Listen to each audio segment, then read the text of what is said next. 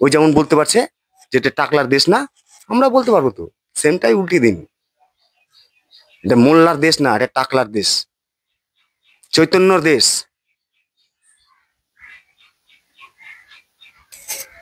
নমস্কার, পয়লা বৈশাখের সবাইকে শুভেচ্ছা।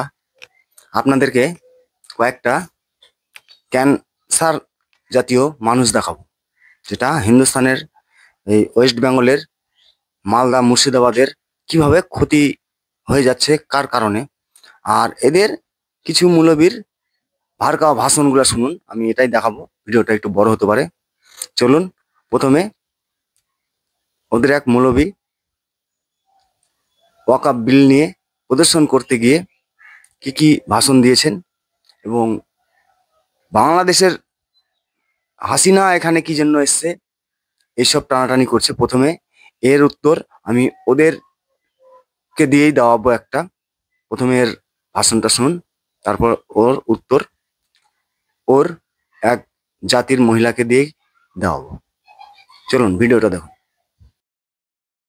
এই নরেন্দ্র মোদী, তোর বউকে হিজড়া, তুই পরীক্ষা করে দেখেছিস কি? তোর বউকে বাপের বাড়ি পাঠিয়ে দিলি, আর মুসলমানদের বউদের নিয়ে তোর এত জ্বালাতন। হোসেনের অ্যালার্জি, হাসিনায় না।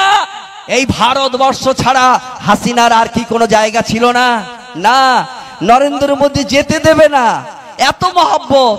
যাওয়া যাবে না বাবু, তোমাকে থাকতে হবে। ও ভাই, হোসেন নাম শুনলে তাদের তাড়াও, হোসেন নাম শুনলে মারো, কিন্তু হাসিনা আসলে আমার পার্লামেন্টে পাঠাও, আমার দেশে পাঠাও। শেখ হাসিনা দুবাই যেতে পারতো। শেখ হাসিনা কেন, পাশে তো পাকিস্তান ছিল, কেন গেল না? শেখ হাসিনা আবুধাবি যেতে পারতো, শেখ হাসিনা ইরান যেতে পারতো, শেখ হাসিনা আরব যেতে পারতো, কেন গেল না? ইরাকও যেতে পারতো, কেন কেন গেল না? এবার আপনাকে শুনতে হবে। ইরানে মুসলমান পুরুষরা মুসলমান মহিলাকে মারে, মৃত্যু দণ্ড দেয়। পাকিস্তানে মসজিদ আর ইমামবাড়া উপরে বম ফাটা যায়, ঠিক আছে, আর মুসলমান মহিলাকে তারা ধরে ধরে রেপ করে। কেন গেল না কাতার? কাতারে পাকিস্তানে টেররিজম অর্গানাইজেশন থাকে, কেন গেল না? এইসব মুসলমান কান্ট্রি যা আশেপাশে ছিল, কেন গেল না? ভারতে কেন আসলো? 20 কোটি মুসলমান এখানে, 3 লাখ অ্যাক্টিভ মসজিদ এখানে, কোটি কোটি এখানে মাদ্রাসা, লাখো লাখো এখানে ইমামবাড়া, সব সুরক্ষিত আছে। প্রত্যেক মুসলমান মহিলা এখানে সুরক্ষিত আছে। কেন আছে?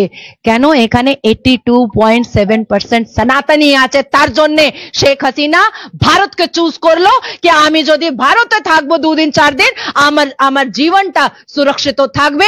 এই হিন্দুরা আমার সঙ্গে কখনো জিহাদি অ্যাক্টিভিটিস করতে পারবে না। কেন? এই হিন্দুরা শ্রীমদ ভগবত গীতা পড়েছে, এই হিন্দুরা কোথাও কখনো চ্যাপ্টার 4 সূরা নিসা ভার্সেস 56 পড়লো না, যেখানে।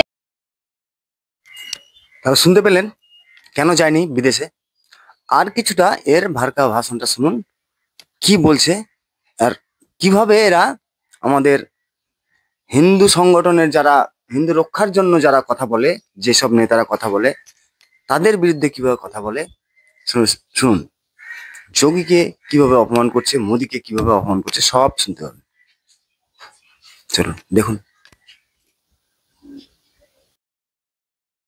যেদিনে পার্লামেন্টে বিল পাস হচ্ছিল, আপনারা সেলাইন টানছেন, কারোর ভাগ্নির জন্মদিন হচ্ছিল, এগুলো আমাদের খেয়াল রাখা দরকার, ঠিক না বেঠিক? আমাদের পক্ষে যখনই কোন রকমের আওয়াজ আসবে মুসলমানের বিপক্ষে, যখনই কোন রাঙানো চোখ দেখা হবে, মুসলমান একতাবদ্ধ ভাবেই আমরা লড়াই করব। আমার আল্লাহ বলছে তাসিবু বিআবলিল্লাহি জামিআ ওয়ালা তাফাররাক, বান্দা এক হয়ে যা। দেখ তোরা যদি এক হয়ে যাস, কোন বাতিল শক্তি তোদের ক্ষতি করতে পারবে না। A farmer had a 3 sons, they are always called. একটা কৃষকের 3টে পুত্র সর্বদা ঝগড়া করত। কৃষক তিনি একটা স্টিক বান্ডিল, লাঠির বোঝা ছেলেদেরকে দিয়ে বলল ভাঙো। শক্তিশালী ছেলেরা ভাঙতে পারলো না, লাঠি একটা একটা বার করে দিয়ে বলল ভাঙ। অনাসে ভেঙে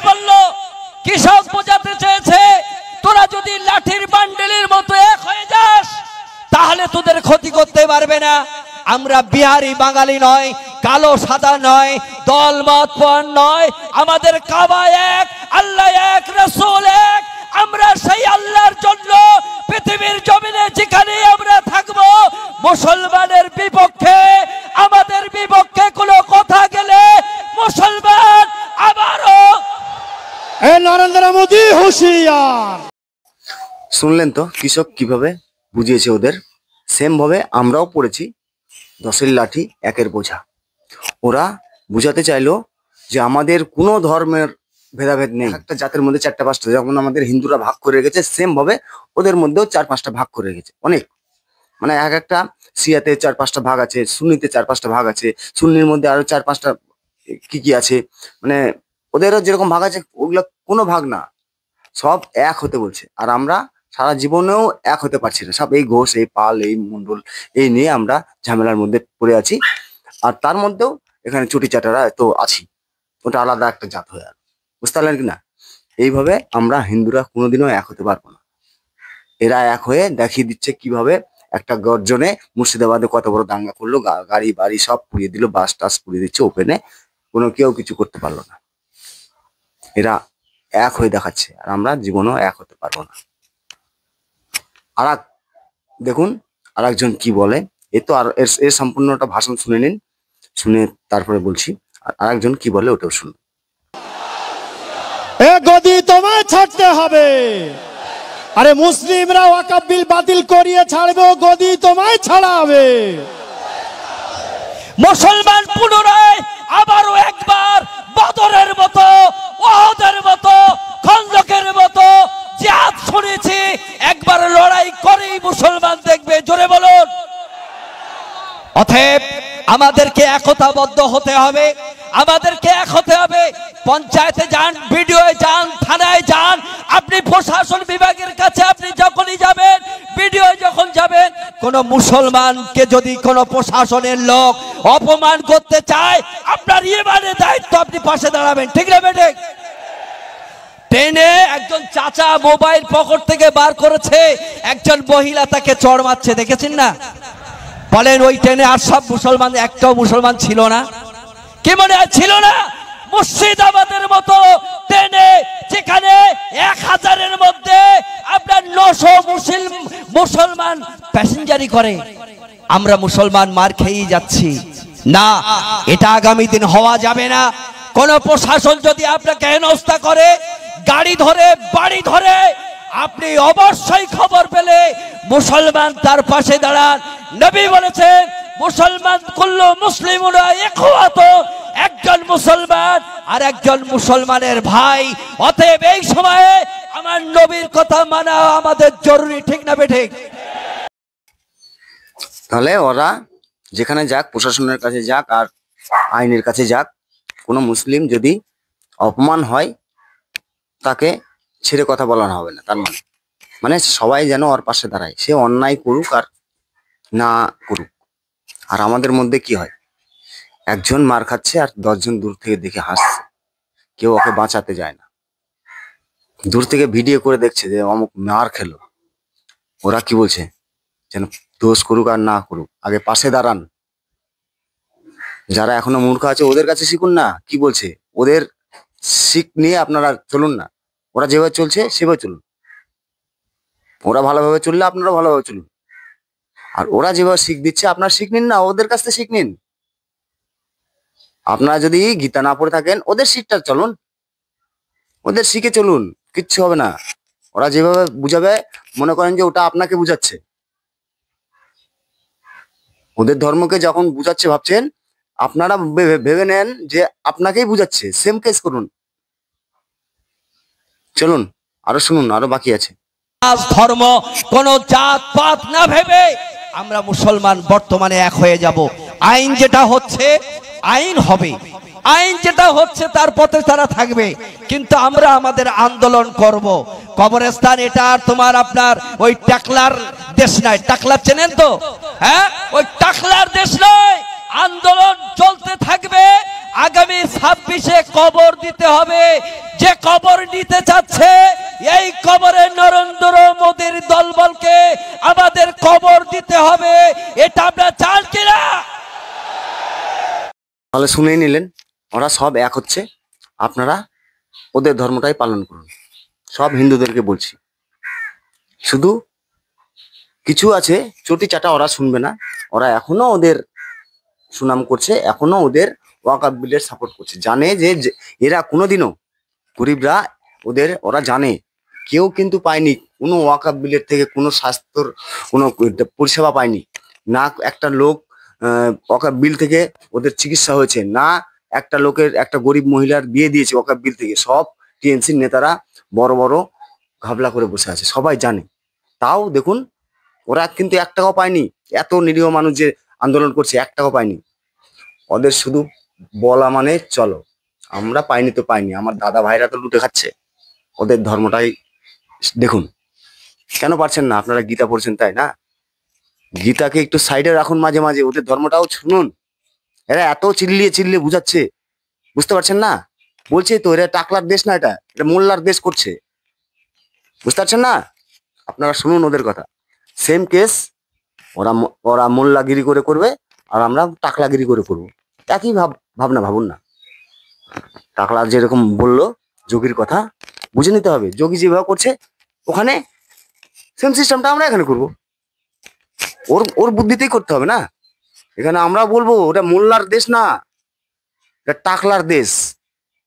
সেম সিস্টেমটা উল্টে দেন।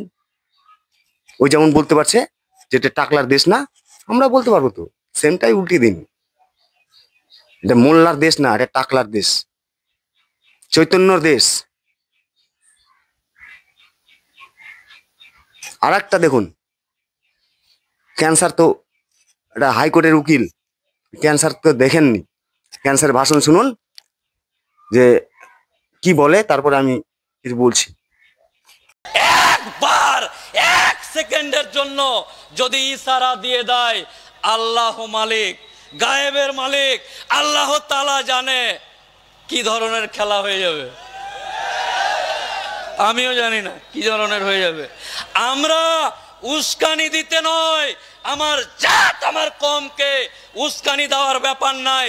এমনি তাদের রক্ত চিতাবাঘের থেকে বেশি, তাই উস্কানি ফুস্কানির কোনো ব্যাপার না। বুঝতে পারলেন কি বললো? ওদেরকে যদি একবার হুকুম দিয়ে যায় কি করবে ও নিজেও জানে না, মানে ওও বলতে পারবে না কি যে একটা হয়ে যাবে। মানে সব চেঞ্জ করে দেবে ইচ্ছা করলেই, খালি একটা হুকুম লাগবে ওদের। মানে একটা ওদের মধ্যে রক্তের মধ্যে চিতাবাঘের রক্ত আছে, আর আমাদের মধ্যে চুরিটা পাচ্ছি না, চুরি আছে। সব শের সবসময় একালা যায়, আর কুত্তা কতজন যায় ঝুন্ডে। ঠিক আমাদের মধ্যেও রক্ত আছে। আমাদের হুকুমের দরকার হয় না, একতার দরকার হয়। সেম তোমাদের মতোই সবার মধ্যেই রক্ত আছে, শুধু তোমাদের মধ্যে রক্ত আছে আমাদের মধ্যে নাই। তোমাদের মধ্যে যে এতই রক্ত আছে যে তরোয়ালের ভয়ে টুপি পরে নিয়েছিলাম, আর আমাদের বংশ পরম্পরা এতই ভয় যে তরোয়াল দেখিয়েছে গলা কেটে গেছে, তাও হিন্দু ধর্মই রাখা আছে। মানে আমাদের এত ভয়, মানে আমরা এখনো ভয়ে হিন্দু ত্যাগ করতে পারিনি। আর আমাদের আগের তোমরা কি এত চিতাবাঘের রক্ত যে মোল্লার ভয়ে টুপি পরে নি না, জাত চেঞ্জ করিনি। মহাভারতের আমলে কোথায় ছিলা তোমরা? রামায়ণ এত তোমাদেরও রামায়ণে কোথায় ছিলা তোমরা? সব ভয়ে এখনো আমাদের এতই দুর্বল জল হয়ে গেছে রক্ত, ভয়ে এখনো হিন্দু হয়ে আছে, এতই ভয় আমাদের। নমস্কার, ধন্যবাদ।